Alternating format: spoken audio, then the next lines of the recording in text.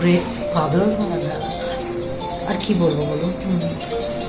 তার তো অসংখ্য তার হ্যাঁ পাঠকরা ছিলেন, তার সাপোর্টাররা ছিলেন। পাঠক তো আমার প্রাণ ছিলেন চিরকালই, পাঠকের জন্যই সব কিছু করেছে। তো তাদের উদ্দেশ্যে কি বলবেন? তাদের প্রচণ্ড ভালোবাসতেন। বাঙালি ওয়াজ এ লাইফ লাইন। উনি তো শেষ যাত্রায় কোনো রকম আড়ম্বর বা কিছু চাইনি, মানে কিভাবে আপনারা করতে চাইছেন? উনি যা বলে গেছেন সেটাই হবে। উনি কোনো ঠান্ডা ঘরে থাকতে চাননি। সো এখান থেকে বাড়ি যাব, which is 83/1B bond road, ওখান থেকে ক্রিমেশনে চলে যাব। প্রশাসনের তরফে কি কোনো যোগাযোগ করা হয়েছে আপনাদের সঙ্গে, মুখ্যমন্ত্রী বা কি? ঠিক বলতে পারছি। ওকে। এবং যারা এই খবর পেয়ে অনেক শোকাহত, যারা শোকাহত তাদের যদি কোনো বার্তা দেন।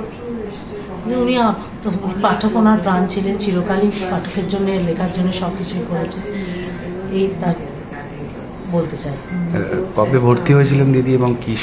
উনি ভর্তি হয়েছিলেন 31শে ডিসেম্বর। উনি পড়ে যান, ওনার একটি সার্জারি হয় উইচ ওয়াজ এ সাকসেস। বাড়ি ফিরে আসেন 15 তারিখ। তারপরে হেঁটে ঘর থেকে বেরিয়েও ছিলেন। তারপরে তো বয়স্ক মানে এজ রিলেটেড কোমরবিডিটি শুরু হয়, আর ওখান থেকে হি ওয়েন্ট ডাউনহিল। রাইট। একটা হুইলের কথা, হ্যাঁ, ওনার একটা উইল আছে।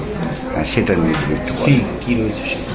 উইলের ঠিক কী আছে ডিটেল বলতে পারবো না, কিন্তু ওনার হচ্ছে যে উনি যেন ঠান্ডা ঘরে না থাকে। মানে বিশেষ কারো সব জন্য অপেক্ষা করা নয় বা কিছু। হ্যাঁ, মানে he wanted a simple process. Right. আর বড় দিদি উনি পরের সপ্তাহে আসছেন। আরও ভালো ভালো খবর দেখতে সাবস্ক্রাইব করুন বাংলা হান্টের ইউটিউব চ্যানেল। বাংলা হান্টের আরও খবর দেখতে নজর রাখুন। বাংলা খবর মানেই বাংলা হান্ট।